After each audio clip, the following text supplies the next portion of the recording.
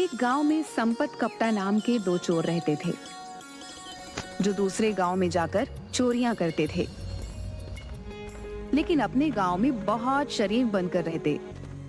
एक दिन वो घने पेड़ के नीचे आराम कर रहे थे कि तभी पालमपुर गांव के हरिया और बंसी उस पेड़ के पास आकर एक दूसरे से बातें करने लगे। अरे बंसी भैया, सुना है कल मुखिया जी की बेटी की बारात शहर से आ रही है, क्या तुम्हारे पास दावत आई है क्या? हाँ हाँ हरिया भैया, मेरे घर तो आई है, तुम्हारे घर पर आई है क्या? अरे कल खुद मुखिया जी मेरे घर पर आए थे और मुझे पूरे परिवार सहित दावत कहकर गए हैं। सुना है मुखिया जी अपनी बेटी की शादी बहुत धूमधाम से कर रहे हैं, कल 21 तरह के पकवान बनेंगे खाने में। मैंने भी कुछ ऐसा ही सुना है। हरिया भैया, मेरे तो मुंह में अभी से सोच सोच कर पानी आ रहा है। अरे मैं तो आज शाम से खाना ही नहीं खाऊंगा, ज्यादा भूख लगेगी तो पूरे 21 पकवान ही पेट भरकर खा लूंगा। हाँ। अरे बंसी भैया, भावनाओं में बहकर कहीं ज्यादा मत खा लेना, वरना पेट खराब हो जाएगा। क्या फायदा पूरे 21 पकवान के स्वाद के चक्कर में तुम्हें 21 दिन भूखा रहना पड़े। बात तो तुम बिल्कुल सही कह रहे हो हरिया भैया। वैसे कुछ भी कहो, आसपास किसी भी गांव में आज तक ऐसी शादी का इंतजाम नहीं किया गया जैसा कल मुखिया जी अपनी बेटी की शादी का कर रहे हैं। अरे भाई, लड़का कलेक्टर है, मुखिया जी ने इस शादी के लिए अपनी पूरी 10 बीघा जमीन बेची है और वो सारा पैसा शादी में ही खर्च कर देंगे।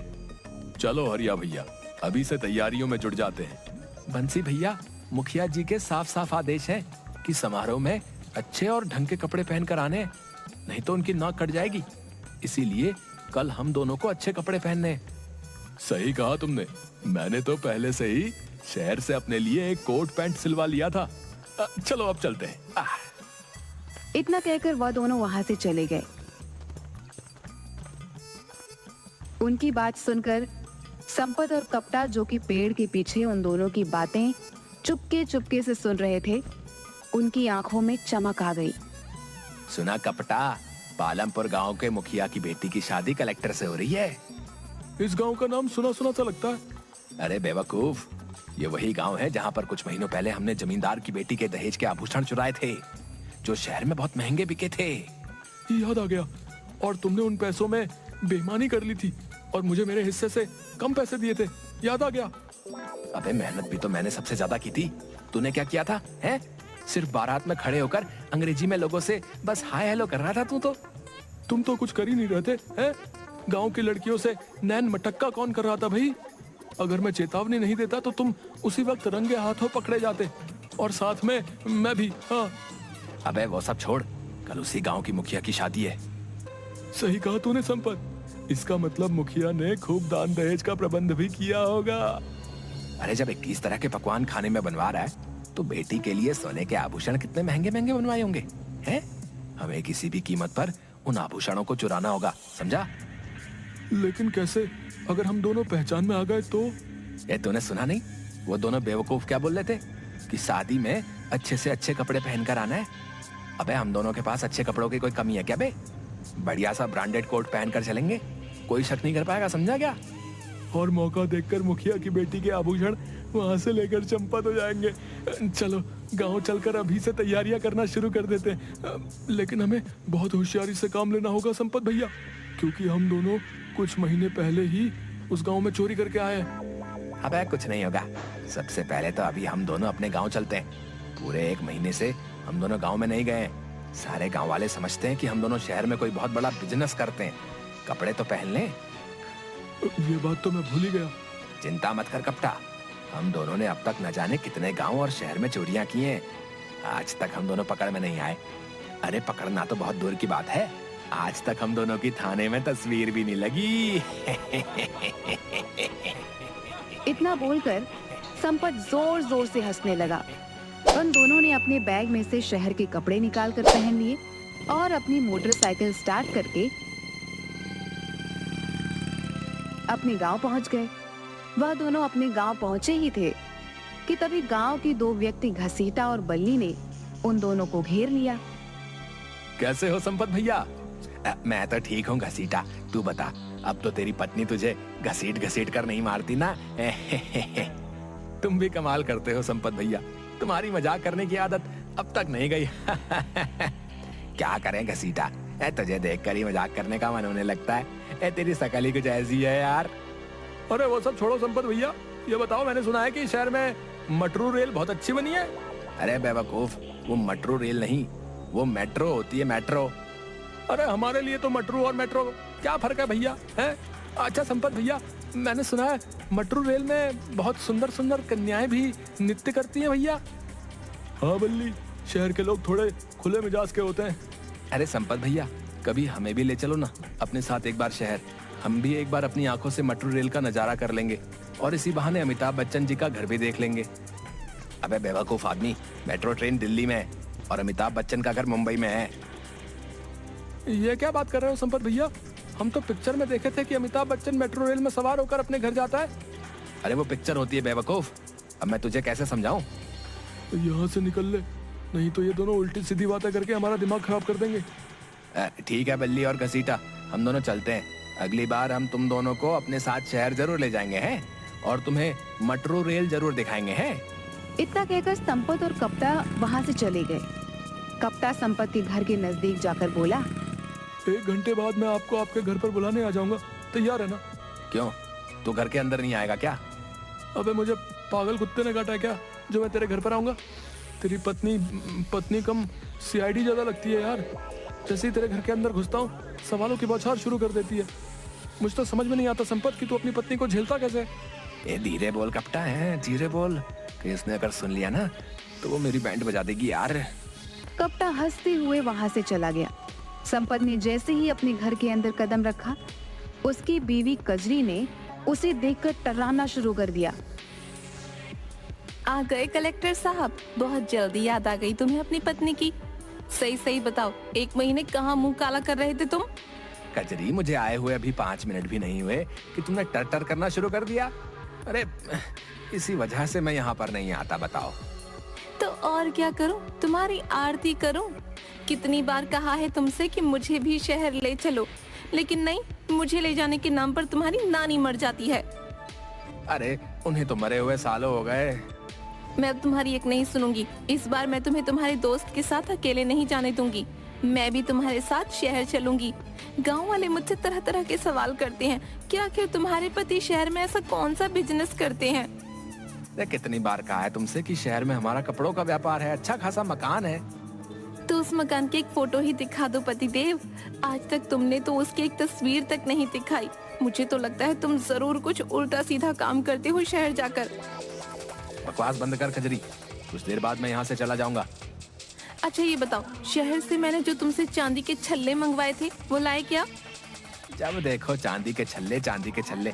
अरे पिछली बार ही तो तुझे लाकर दिए थे, वो कहाँ गए? वो सब मुझे नहीं मालूम, वो मुझसे खो गए। अब मुझे दूसरे चाहिए। मुझे क्या पागल समझ रखा है कदरी? हैं? सीधे सीधे ये क्यों नहीं कहती कि जो मैं शहर से तेरे लिए चांदी के छल्ले लाता हूँ तू वो अपने घर वालों को दे आती है? खबरदार जो अपनी जबान से मेरे घर वालों का नाम लिया। नहीं तो क्या कर लेगी तू? अभी और इसी वक्त अपने भाइयों को बुलवाकर तुम्हारा मुंह लाल करवा दूंगी। मत भूलो 6 भाई हैं। पिछली बार की मार याद है ना, कैसे उन्होंने तुम्हें मार मार कर तुम्हारा मुंह सुजा दिया था। मेरा दोस्त कप्ता बिल्कुल सही कहता है। पता नहीं मैं तेरे जैसी औरत को कैसे झेल रहा हूँ भाई। खबरदार जो तुमने उस कलमुहे करम जले दोस्त का मेरे सामने नाम लिया, निठल्ला कहीं का। उसकी तो आंखों में ही छिछोरापन झलकता है, छिछोरा कहीं का। बस कर कजरी, अब मेरा और ज्यादा दिमाग खराब मत कर। पति थका हारा आया है, पानी को तो तूने पूछा नहीं, उल्टा भाइयों से पिटवाने की धमकी देने लगी। जा जाकर मेरे लिए 1 गिलास पानी लेकर आ। संपत की बात सुनकर कजरी पैर पटकती हुई वहां से चली गई। थोड़ी ही देर बाद कप्ता संपत को बुलाने आ गया और दोनों पालमपुर गांव चले गए। अगले ही दिन बड़ी चालाकी से संपत और कप्ता शहर से आई बारात में शामिल हो गए। संपत आहिस्ता से कप्ता से बोला, बहुत होशियारी से काम लेना कप्ता, और हाँ, ओवर एक्टिंग करने की बिल्कुल भी जरूरत नहीं है।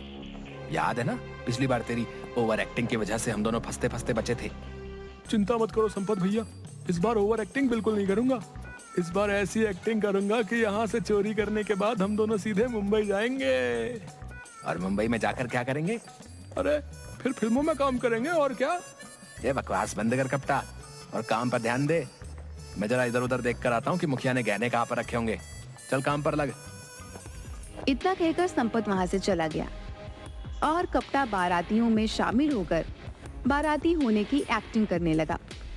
तभी वहां पर मुखिया बारातियों का हाथ जोड़कर स्वागत करने लगे, मगर जैसे ही मुखिया की नजर कपटा पर पड़ी, मुखिया कुछ सोचता हुआ बोला, आप तो इस गांव के नहीं लगते। अरे मैं भला इस गांव का कहाँ से लगूंगा, मैं तो बाराती हूँ। माफ कीजिएगा, एक पल के लिए मुझे ऐसा लगा जैसे मैंने आपको कहीं देखा है। जरूर देखा होगा, मेरी तस्वीरें अखबारों में छपती रहती हैं। वैसे क्या व्यापार करते हैं आप? मेरा कपड़ों का बहुत बड़ा व्यापार है और देश विदेश तक फैला हुआ है। प्रेस वाले, मीडिया वाले मेरी फैक्ट्री के बनाए हुए कपड़ों की तस्वीरें लेने आते रहते हैं और जबरदस्ती मेरे भी पीछे पड़ जाते हैं।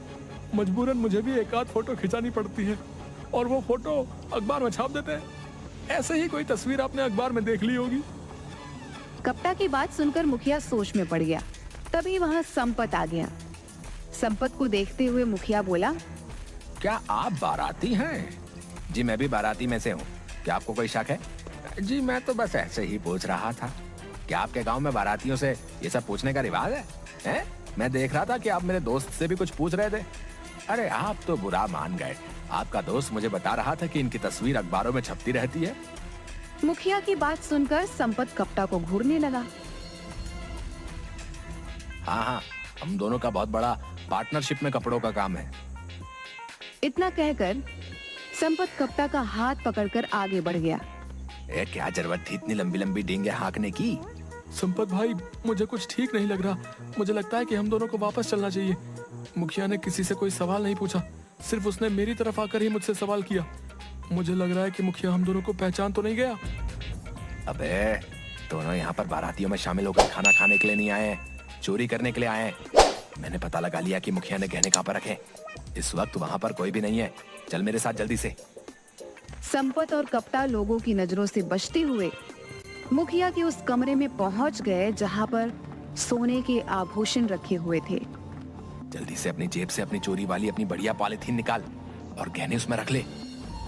संपत की बात सुनकर कपटा सोच में पड़ गया। अरे क्या सोच रहा है तू? इससे अच्छा मौका फिर नहीं मिलेगा। ये गहने लाखों रुपए के हैं। मुझे कुछ ठीक नहीं लग रहा है संपत भाई। लाखों के आभूषण ऐसे ही रखे हुए हैं, दरवाजा भी खुला हुआ है, पूरा घर लोगों से खचाखच भरा हुआ है। कुछ तो गड़बड़ है। अबे बेवकूफ, गड़बड़ तेरे दिमाग में। ऐसे मौके बार बार नहीं मिला करते। जल्दी से पॉलिथीन निकाल। कप्ता ने अपनी जेब में से एक पॉलीथीन निकाल ली और देखते ही देखते मुखिया के सारे गहने उसमें भर लिए और नजर बचाकर सीधे मोटरसाइकिल पर बैठकर वह दोनों फरार हो गए। ये मोटरसाइकिल शहर की जगह अपने गांव की तरफ क्यों ले जा रहे हो? अबे रात का समय है, पहले हम लोग अपने गांव चलेंगे और सुबह ही शहर की तरफ निकल लेंगे। अभी अगर हम लोग शहर की तरफ जाएंगे तो हमें ढूंढने के लिए वो मुखिया पुलिस को जरूर शहर की ओर ही भेजेगा, समझा? कुछ ही देर में संपत अपने घर पहुंच गया। मैं आज तुम्हारे घर पर ही सोऊंगा। अबे तुझे तो अपनी भाभी से बड़ा डर लगता है। मैं सब जानता हूँ। जब तक मैं सुबह आऊंगा तब तक आधे गहने तुम पार कर लोगे। अब मैं भरोसा नहीं कर सकता। हाँ, इससे आधा आधा होगा। अबे जब चोरी कर रहे थे तब तो बड़ा दयावान बन रहा था, हैं? और जब चोरी करने में कामयाब हो गए तो अचानक तुझे तेरा हिस्सा याद आ गया है बे? तू कभी नहीं सुधरेगा। चल ठीक है, आजा चल। संपत की पत्नी कजरी जाग रही थी। संपत और कप्ता को देखते ही बोली, आ गए? तुम तो कह रहे थे कि तुम कुछ दिनों बाद आओगे, और ये तुम्हारे हाथ में क्या है? ये कितनी बार कहा है कजरी, हैं? कि ज्यादा सवाल मत किया कर। हम दोनों सुबह ही यहाँ से चले जाएंगे। संपत ने इतना कहा ही था कि तभी पूरे गांव में पुलिस के सायरन की आवाज गूंज उठी।